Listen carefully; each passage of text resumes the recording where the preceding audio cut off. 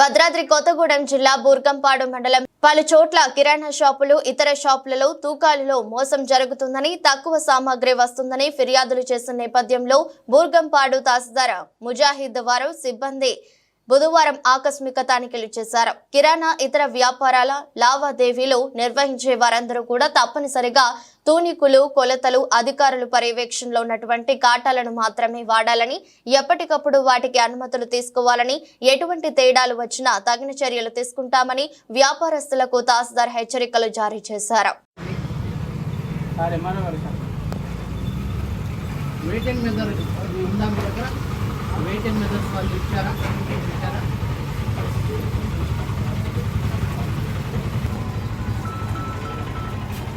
అనే కాదు చెప్పండి.